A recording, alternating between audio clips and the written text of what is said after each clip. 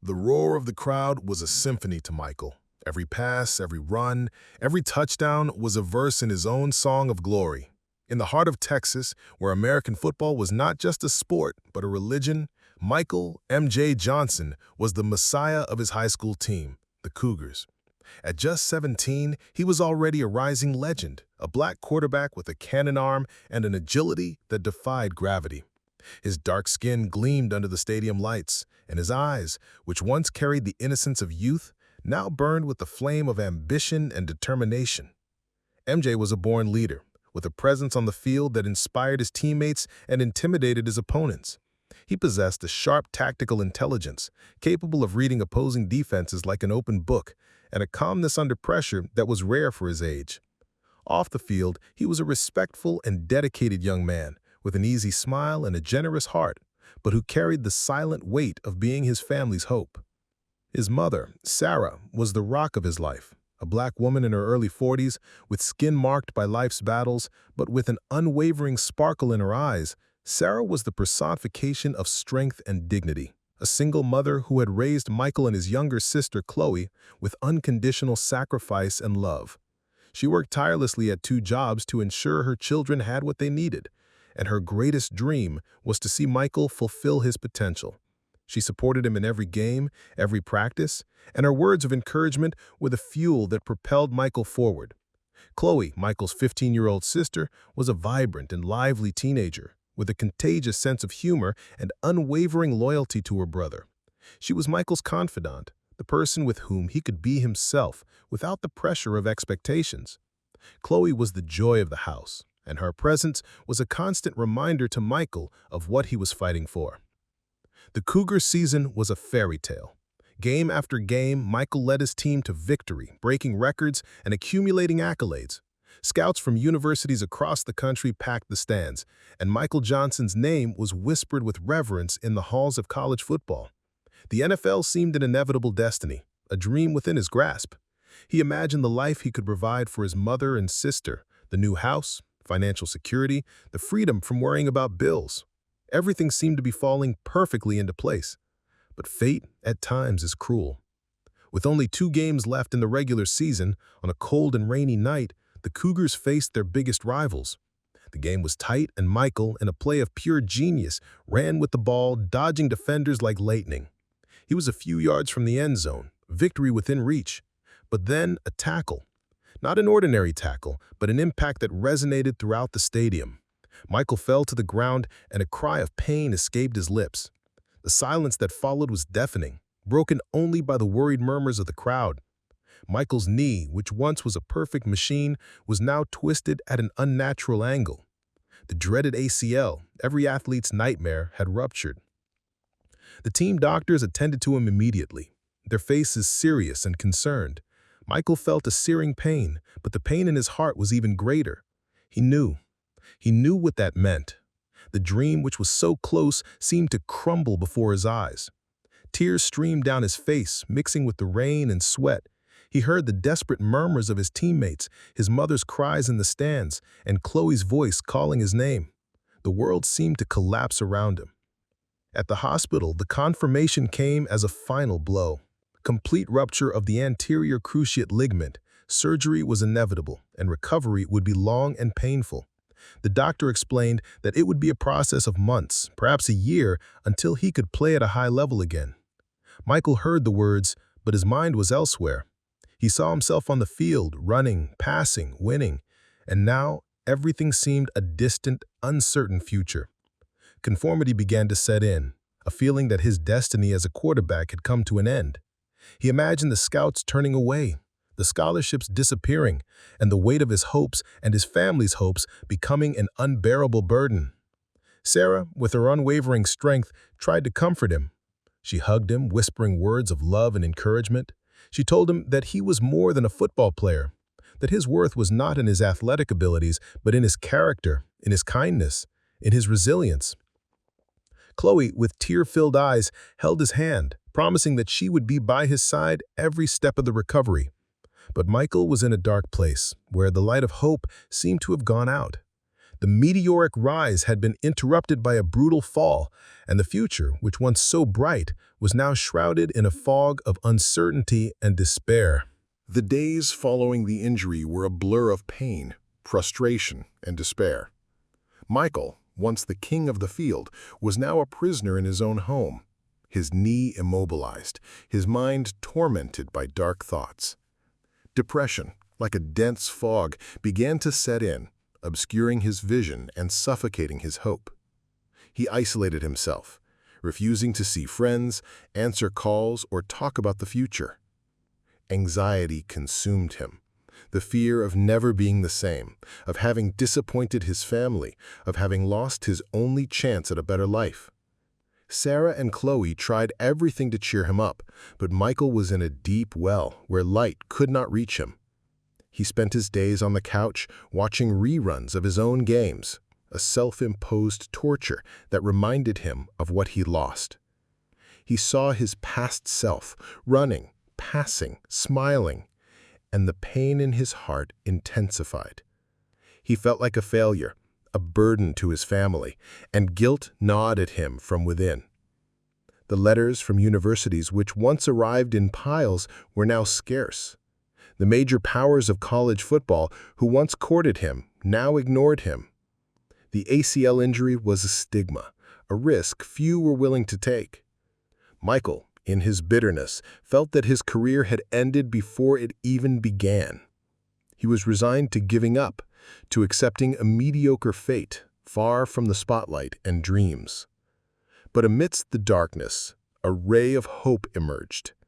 A letter bearing the seal of Northwood State University, a small and little-known institution in the college football scene, arrived in the mail.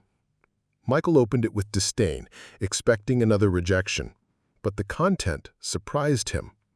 It was an offer of a full scholarship, on the condition that he recovered from the injury and joined the Timberwolves team. The letter was signed by the head coach, Coach Miller, and a scout named Mr. Peterson. Michael didn't know Northwood University, and the name Timberwolves meant nothing to him. He searched online and found that it was a small university with a mediocre football team that rarely won more games than it lost. The offer seemed like a joke, a handout for a player who was once touted for the best universities in the country. He was about to throw the letter in the trash, but something stopped him. Mr. Peterson's signature. Mr. Peterson was a legendary scout, known for his keen eye for raw talent and his ability to discover diamonds in the rough. He was a middle-aged man with a face marked by time, and eyes that seemed to see into the souls of players. He was known for his integrity and his passion for the game, and his reputation was impeccable. If Mr. Peterson believed in Michael, perhaps there was a chance, however small. Michael called the number on the letter, and Mr. Peterson answered. His voice was calm and firm, and he spoke with a sincerity that touched Michael.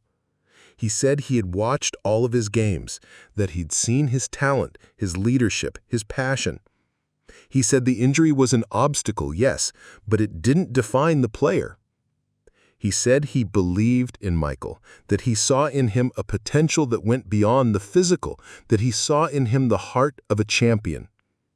He explained that Northwood University was not a powerhouse, but it was a place where Michael could recover, develop, and who knows, take the team to a new level.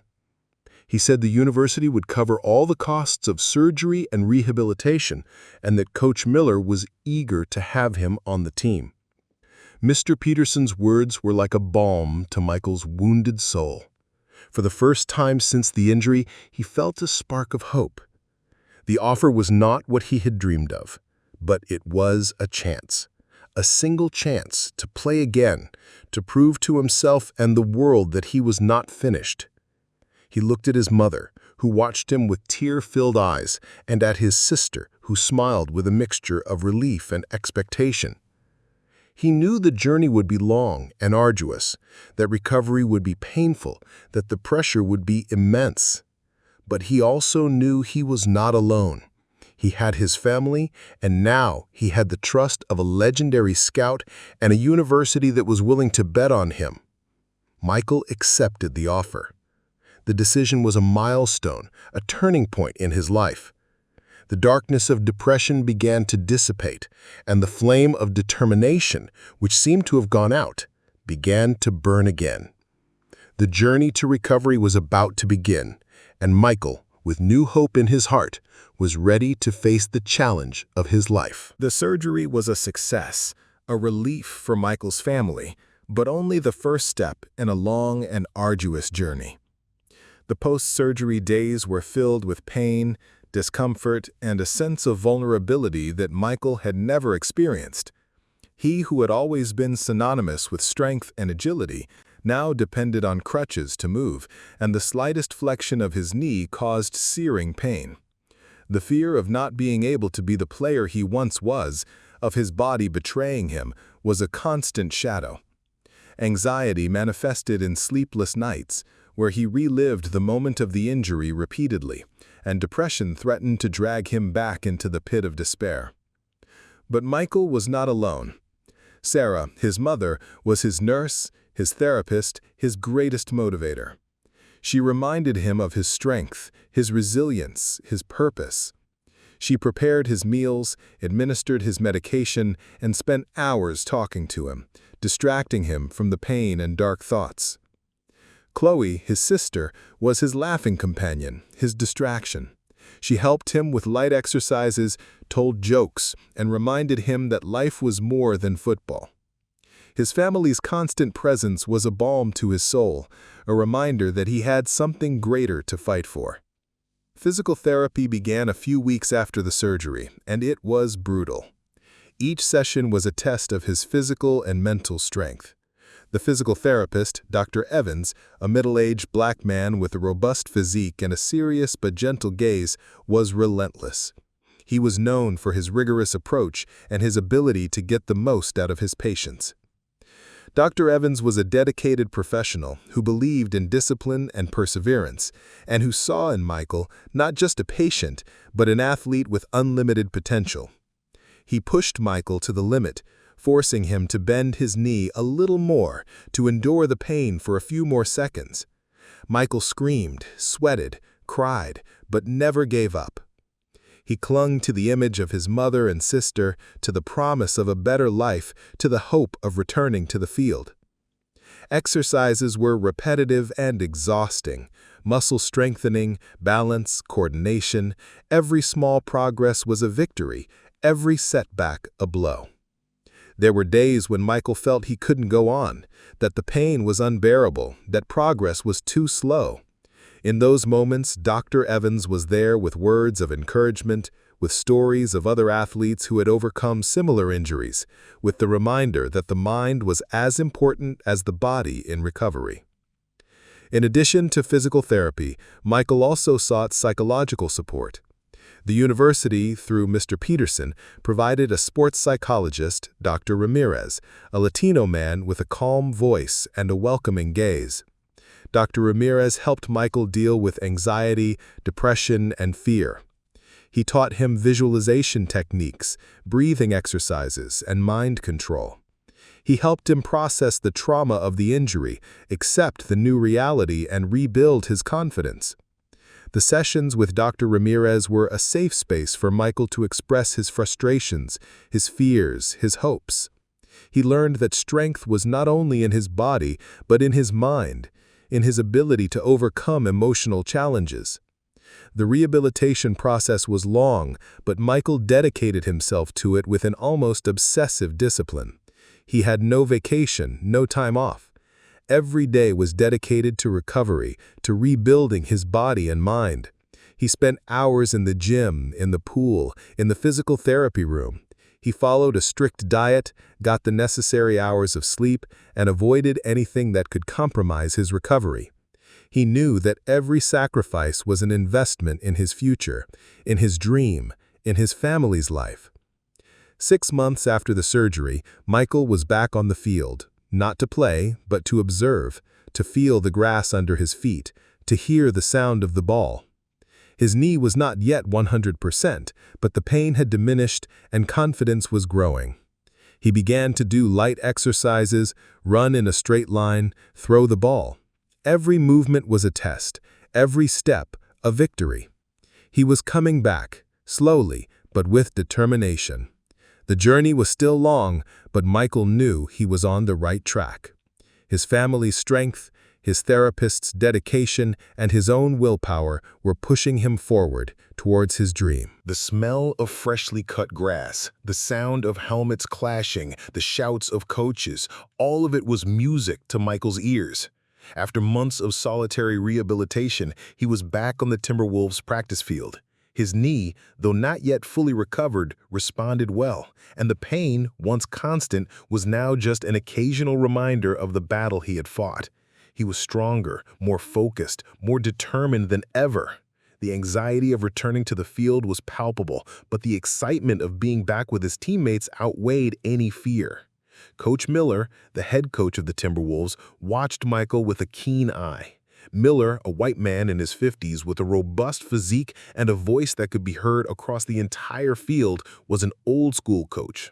He was known for his rigorous discipline and his ability to get the most out of his players. Miller was a brilliant strategist, but also a man of principles who believed in hard work and loyalty. He had bet on Michael when no one else did, and now he expected Michael to reciprocate that trust. He knew Michael was a rare talent, but he also knew that recovering from an ACL injury was as much a mental challenge as a physical one. His first practices were a test of his patience and resiliency. Michael was not the same player as before. His agility was compromised, his speed was not the same, and his confidence in his knee was still fragile. He missed passes he used to complete with his eyes closed, and his movements seemed slow and uncoordinated. The frustration was immense, and the voice of doubt, which he thought he had silenced, began to whisper again. He saw the other quarterbacks on the team young and healthy, throwing perfect passes, running with ease, and the comparison was cruel. Coach Miller, however, was patient. He knew Michael needed time, confidence. He put him in simulated game situations, forcing him to make quick decisions, to trust his instinct. Dr. Evans, the physical therapist, continued to follow him closely, adjusting exercises, monitoring his progress. Dr. Ramirez, the sports psychologist, helped him deal with the pressure, the anxiety, the fear of failure.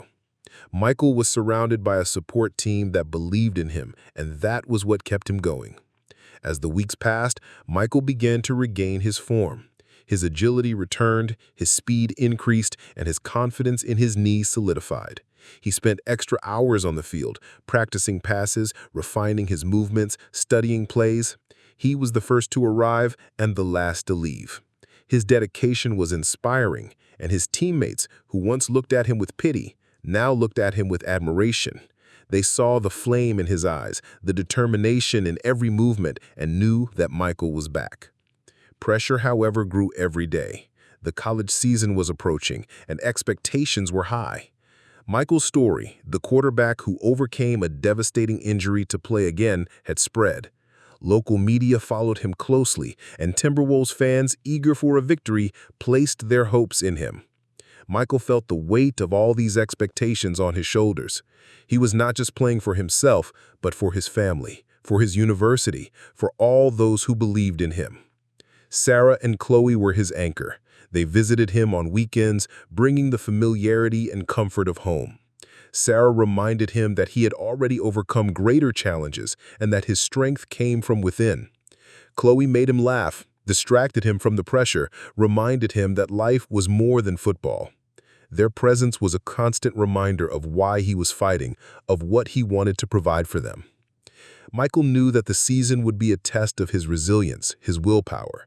He had overcome the physical injury, but the mental battle was still ongoing. He was ready to face any challenge that came his way, to prove to himself and the world that he was more than an injured knee, more than a quarterback. He was a warrior, and his journey was just beginning. The season began with a mix of skepticism and hope. The Timberwolves, a historically weak team, now had Michael Johnson as their starting quarterback, a player who had overcome a devastating injury. The first game was a baptism of fire. Michael entered the field with his heart pounding, feeling the weight of expectations in every fiber of his being. The first pass was hesitant, the second a little better. But as the game progressed, Michael's magic began to resurface. His movements became more fluid, his passes more precise, and his leadership on the field unquestionable. The Timberwolves won the game, and the roar of the crowd was a balm to Michael's soul. Game after game, Michael led his team to improbable victories. He was not just a quarterback, he was the soul of the Timberwolves. His story of overcoming inspired his teammates, who played with a grit and determination they had never shown before. Coach Miller, with his impeccable strategy, blindly trusted Michael, giving him the freedom to improvise and use his genius on the field. The chemistry between Michael and his teammates was palpable, and the team, once discredited, began to gain respect and admiration. The Timberwolves became the sensation of the season. They brought down giants, won games that seemed lost, and broke records. Michael, in particular, was the highlight. His passes were works of art, his runs, poetry in motion. He was the quarterback all the scouts had predicted and more. He was a leader, a warrior, an example of resilience. National media began to cover the Timberwolves story, and Michael Johnson's name was again whispered with reverence, but this time with a new meaning, that of the athlete who refused to give up. Pressure, however, was constant. Each victory brought with it a new layer of expectations. Michael felt the weight of responsibility on his shoulders, but he embraced it. He knew he was not just playing for himself, but for his mother and sister, for his university, for all those who had believed in him. He spent hours studying opponent videos, refining his plays, and training tirelessly. He didn't just want to win, he wanted to inspire. The regular season culminated in a historic feat. The Timberwolves, a team that had never reached the playoffs, secured a spot in the college championship semifinal. The city of Northwood was celebrating, and the euphoria was contagious. Michael, however, kept his feet on the ground. He knew the semifinal would be the biggest challenge of his career so far. They would face the Titans, the #1 team in the country, undefeated in the season, with an impenetrable defense and an overwhelming offense. The week leading up to the semifinal was intense. Michael trained with renewed ferocity, his eyes fixed on the goal. He felt the anxiety, the pressure, but also a strange calm, a certainty that he was where he was supposed to be. Sarah and Chloe traveled to watch the game, and their presence was a constant reminder of his purpose. They hugged him, whispering words of love and encouragement, and Michael felt the strength of his family pushing him forward. The day of the semifinal dawned with a gray sky and a fine rain, as if time itself was in suspense. The stadium was packed, with Timberwolves and Titans fans, creating an electric atmosphere. Michael entered the field, feeling the wet grass under his cleats, the smell of rain and earth. He looked at the stands, saw his mother and sister, and felt a wave of gratitude. He was there, against all odds, ready to fight. The game was an epic battle. The Titans, as expected, were relentless. Their defense pressured Michael on every play, and their offense advanced with force. But the Timberwolves were not intimidated. They played with heart, with soul, with the determination of those who had nothing to lose. Michael, in particular, was on fire. He escaped impossible tackles, threw precise passes under pressure, and ran with an agility that defied logic. He was the maestro of an orchestra of warriors, and every play was a masterpiece. The score was tight, and time was running out. In the last quarter, with the Timberwolves down by just 3 points, Michael led a spectacular drive. He threw risky passes, ran with the ball, and inspired his teammates to give their best. They reached the 20-yard line with seconds left on the clock. It was the last play. Michael called a timeout, gathered his teammates, and looked at them with an intensity that conveyed his unwavering faith. He knew what he had to do.